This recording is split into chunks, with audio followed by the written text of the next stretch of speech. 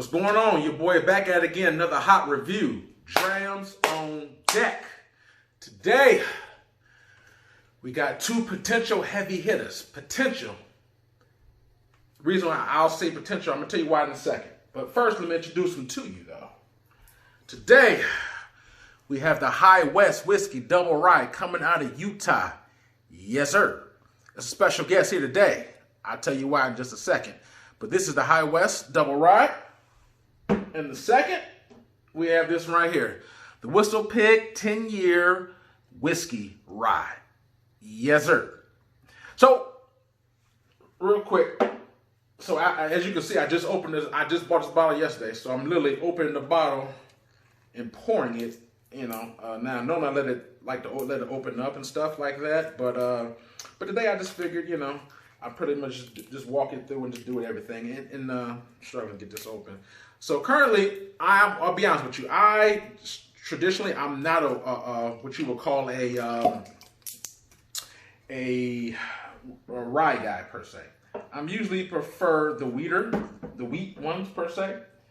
But today I got two ryes in here, and the reason why I got two ryes is because, you know, I've heard great things about them. And I will be honest with you. Traditionally, I'm a guy who I have a wheelhouse, as I call it. A wheelhouse meaning the things that I prefer. I'll give it later.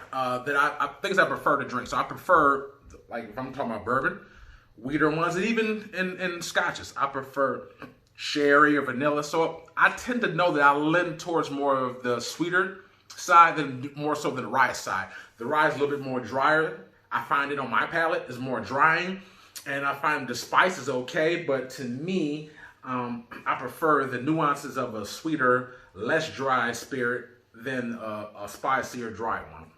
Same way if I was drinking wine. Like there's certain dry wines like a Merlot or a Cabernet Sauvignon. Those are more dry wines. Those are the ones that are better for you. And not to say that they're awesome as well. But, you know I tend to lean more towards the less dry. So same way with my spirits. That being said, I have two of them in here. So this one right here is a double rye. It won some couple awards. This one right here is a double rye. It's a blend of two different ryes. One's a 2-year-old, and the other, I want to say, make sure I get the right year on here, right? It's a 2-year and I think it said a 16, I want to say. So it's two different ryes on here, and it's a young one, older one. And so what they do is they blend it together, and they mesh it, and then this is what we have here. This one right here, WhistlePig 10-year, I believe this is out of Vermont. And they have several expressions of WhistlePig. They have the Boss Pig version, which is their higher end one. Those go for 300-400s. And then they have, you know, the 10. They have a couple other expressions that I also saw, like almost like whiskey or barrel finish ones. So, you know, for me, I definitely don't want to just limit myself. I like to be like Bruce Lee said, you know, be more like water, be more diversified. Don't just learn one art. Learn them all. So do wrestling, do jiu-jitsu, do boxing, do all the different things that you blend it in and make it your own. So for me, even though I have my preference, it's the same. I take that same mentality that Bruce Lee, be more versatile, and I use this even just, you know, you should do that in life. But just for me, my taste buds, I know I prefer a certain taste, right? I like more of a sweeter one, right? But I do find out, as of history, I notice that when I drink or I eat something more and more and more and more, even though it may not be my preference, I get more used to it, more accustomed to it, and I slowly grow an appreciation for it. A quick example is IPA beers. You know, I'm from the Midwest or North per se. I'm from Cleveland, Ohio, born and raised. So coming from Cleveland, Ohio, when I came up, you know, we don't really drink IPAs around there. You drink the normal stuff, the Budweiser. You know, we do have a local one, Great Lakes, and whatnot. But IPA is not something, at least growing up, when I was growing up, it's not something that you saw or even tasted or that was big, you know, and we'll say the early 2000s or late 90s. So for me, you know, I didn't grow up drinking IPAs. I was drinking other stuff, you know, non-IPA. So when I came out here a couple of years ago to Southern California, this is IPA land. I mean, it's a breeding ground for IPAs. I mean, on every corner they have IPA everywhere. So the people I work with, they drink IPAs. So after work, we would converse and talk, and they would always drink IPAs. And I was like, it's super hoppy, it's super, harsh and bitter. So, I started drinking in Space Dust, for example, Lips of Space Dust. And there was a guy at my job, he loved that stuff. And I, coming from a guy who drinks like, Corona, like that Space Dust, that's a real super hoppy, bitter, and strong IPA. To try to, sum it up. But I kept drinking because that's all he bought. So it's like, if I'm drinking for free, I really can't complain. Say, get that out of here. If I can chip in on the beer and I'm drinking for free, I got to just shut up and drink what's available. That makes sense. So that's how I kind of grew appreciation for IPA, just because every time I would join people, that's all they would drink. And after a while, you drinking different IPAs, and I found the one I like best for me. And it's not that one, but I'm just saying. But I noticed over a while, I grew accustomed to it. Like when I first started drinking whiskey, I didn't really care for peat. But after a while, I kept drinking it, and I slowly started with the sweetened peat, and I kind of gradually went into it. So it's something that you kind of grow into. I didn't necessarily start off liking cask strength. I thought it was too strong for me. It used to burn my damn tongue. But now I prefer it. But I started gradually. Went from the normal 40%, but then I started drinking that straight. And once you get used to drinking the norm straight, then you start drinking in the 46% to 48%. Start drinking it with a little bit of water. Just start drinking it straight. And gradually, okay, take smaller sips, hold it, and then you can kind of get accustomed to it. So now, when I see spirits that's in the 60%, I'm not really intimidated like I used to be. So my whole thing, what I'm trying to say, is all about progression. You know what I'm saying? If you're starting to lose weight, you start at one, you run 1 mile, and then you gradually run 2 and 3. It's a progression. So with me, like I said, ryes are not my wheelhouse preference. But like I said, I bought this purposely for 2 reasons. A, because I really wanted to try something new, even though it's a rye.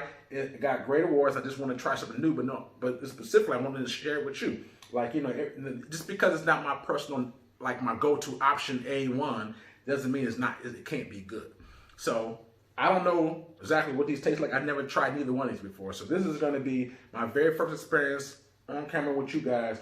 I'm doing the High West WhistlePig. So I'm trying to say, a lot of people who just like bourbon, only like scotch. I'm not like that. I do it all. I drink it all. Only thing I don't drink is gin. So you'll never, I ain't gonna say never, but I don't think you will ever see me reviewing gin, just because it's just something that I just don't care for. Now, if there's a new up and coming gin, that's the bomb.com, and it's different from any other thing, it's winning awards, and I'll try it out. Even though I don't like gin worth a damn, but I'll try it out. So I don't want to be narrow-minded. I want to just drink it all. So, I review whiskey of all kinds, from Japan, American, domestic, bourbon, scotch, tequila, cognac, vodka. I do it all. So I like to just be very, very open to different things and not just narrow myself just to one particular thing. My preferences are sherry and vanilla, dram, whiskeys, but neither one of these are those particular ones. But that doesn't mean it can't be good. That doesn't mean that I should just limit myself. That's my quick message. So be diverse, try different things, and I think you'll gradually be more open to different flavors. My taste buds are definitely evolving as we speak. So like I said, my taste buds I like now is totally different from what I was drinking 5 years ago. I ain't gonna say totally, but I will say vastly enhanced. So let's start right here. I got the High West. I'm gonna start right here on the nose on this one. So this one right here is a blend of 2 different whiskeys, 2 year, and I think 16 year, or it could be 8. One or the other. I promise I will update you on that one. Be it as it may, I bought this for $35. These are relatively cheap. Well, at least this one is. I think the Rendezvous Rye is maybe around $50 or $60.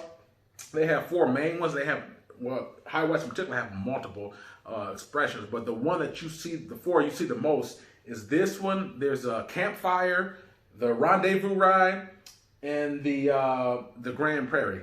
Those are the 4 you will mostly see more often than not.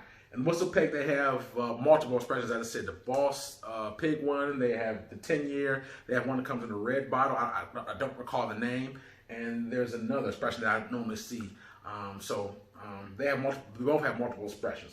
So this one right here is bottled at 50%. This one right here is bottled at 46%. So I'm gonna start right here with the High West. We're gonna do they're both ryes. I'm gonna do a versus. I'm gonna do it, score them individually. I'm gonna do a versus. So on the nose. Wow.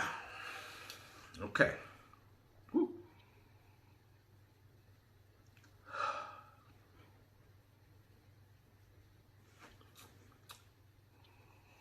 I get like a minty smell from this.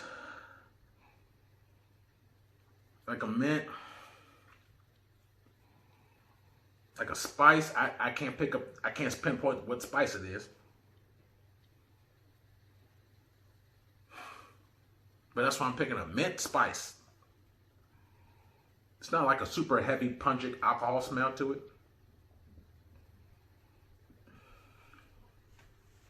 I can't force anything else. That's what I pick up, mint spice. Now, I'm gonna move right here. I'm gonna start nosing the WhistlePig 10-year.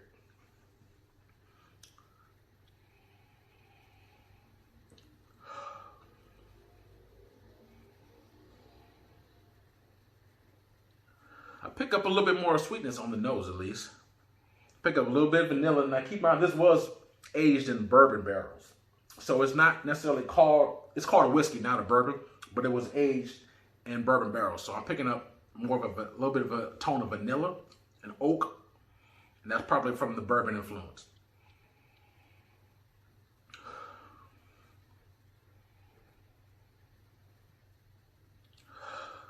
Pick up a little bit of spice on this as well, and that's probably the rye spice. So the mash bill on this one, this is a mixture, so I don't know the exact mash bill, but I know the 2-year has a medium, like a 50%, I think a 53% mash bill. I think the other one that's mixed was a little bit higher. So this one right here, the WhistlePig, is older in terms of this one. And you could, if I were to just compare the actual color, so you see this one, they're kind of, you can see them side by side. They're kind of, they're different glasses, obviously, but they're kind of similar. If I had to look from inside the glass, this one's a little bit, it's a little bit more darker. But I think that they're pretty closely, relatively, on this one. So anyway, I'm gonna start right here. Wait. I had to mix that. All right.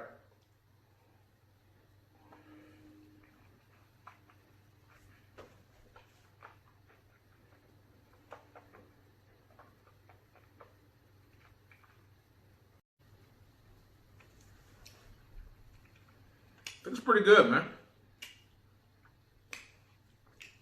The High West, it's not bad. I'm gonna take it one more sec.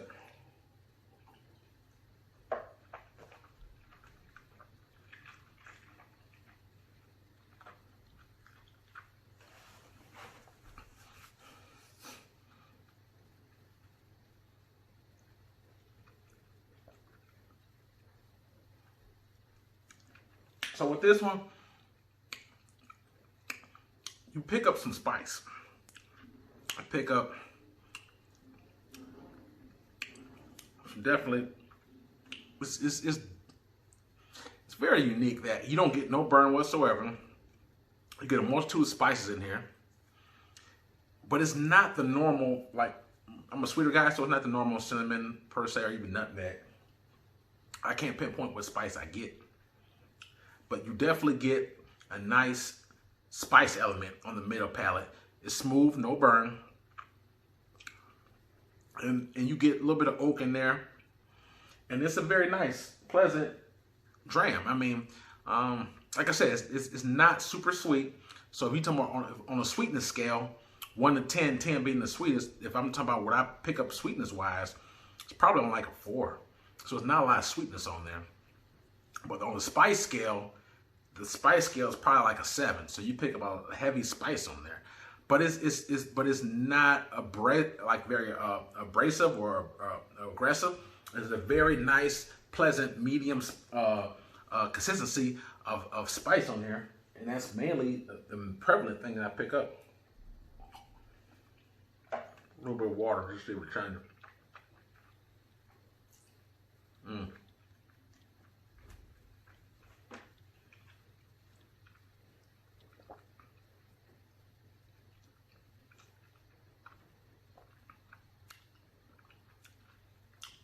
Consistent spice. Spice, a little bit of oak, no burn,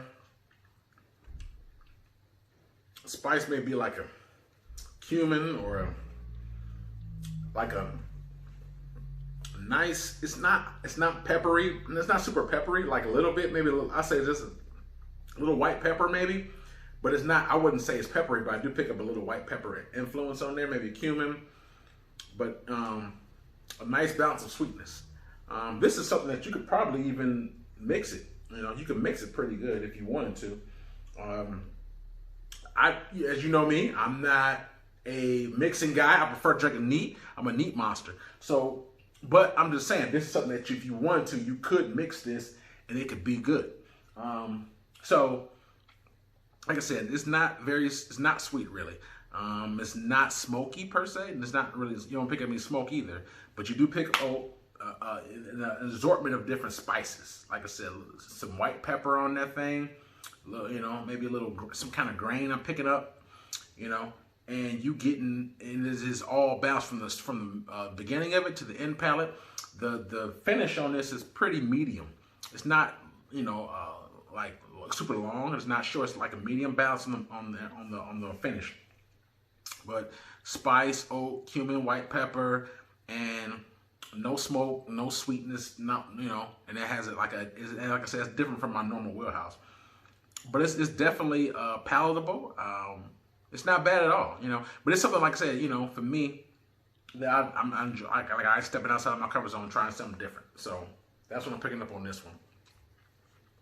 I'm gonna take some water and then I'm gonna jump on this WhistlePig.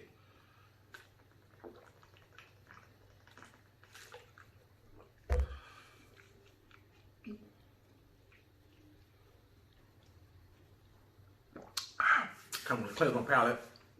Erase this previous one, so I have a full cleansed palate. Jump on this WhistlePig. So I already knows this. Let me see what we got on the taste. So here we go.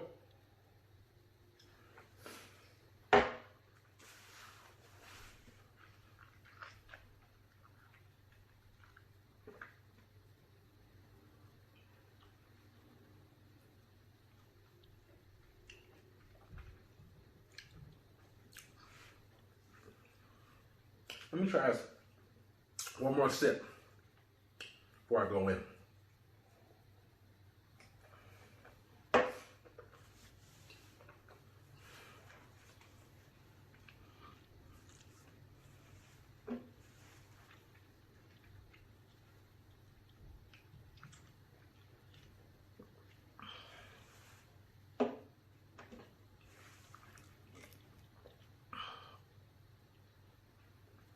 So, was WhistlePig? I'm picking up a lot of grassy influence. Like the smell, like fresh grass. I pick up a lot that taste on the palate. As I sip it, I'm getting this instant image seared in my head of like, because it's from, you know, it's the home station in Vermont, so I'm just thinking of cows, grass, farmland, because that's the taste I'm getting right now. I mean, no, it's more than just grass, but you get just a very, like, a oak charring, then you get like a muted vanilla on here. It's very muted though, but you get an aftertaste. At least I'm picking up of a little bit of a grass organic. Astringent taste on it. It's smooth though. It's 50%, so it has a little punch to it, but it's smooth though. It's not. I don't get a burn. I get a punch, but not a burn. Punch meaning that you can feel the ABV a bit, but it's not not a sharp like a burn, like you would get for something like a young whiskey or something that is maybe not distilled or something in that effect. So yes. Kind of I still taste the grassy after effects of it. It's different. It's not something that I consider in my normal wheelhouse, but taste profile, you're gonna get a bit of an organic outdoor, whether it be grass, malt, barley. I'm picking up grass. You get oak on it, and you get a very muted bourbon, like what you would get a vanilla. But on this, You get a consistency of spice. Like I said, pepper. You get cumin. You get that oak on it. It's consistent throughout, and they're very different on the palate. You know, just in general, they're different. They're not the same. So for my personal preference, I'm gonna actually score them differently. So for this one right here, and I'm gonna score the High West Double Rye.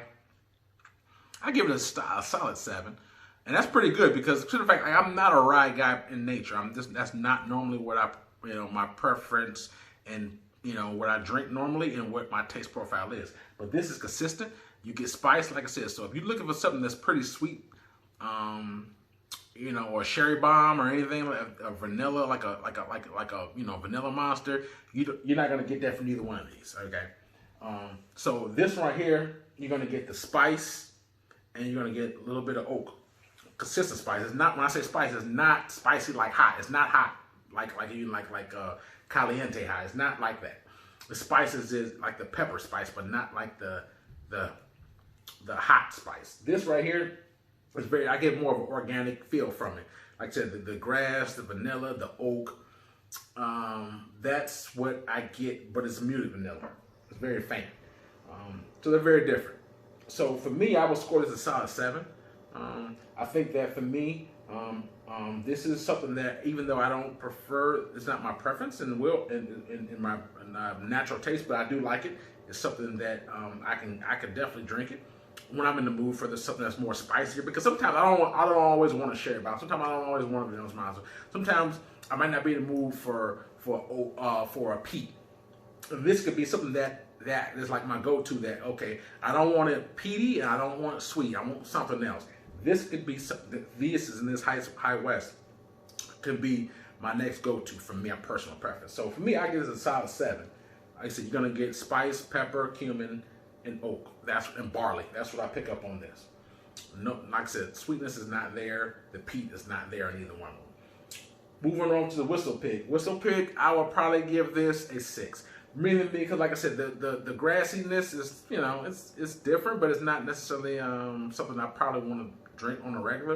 And that's just a preference. You might have had this before and thought it was thebomb.com. So be it. Different strokes. I'm not gonna say it. So it's not horrible. It's just not my preference. But neither one of them have a burn to it or anything like that. They're both approachable. So I just think that I will give this actually a little bit more water, and I will see if it's changing. Even though I just scored it, but there's not much in there, so I just want to just throw a couple of drops to see if it changes anything.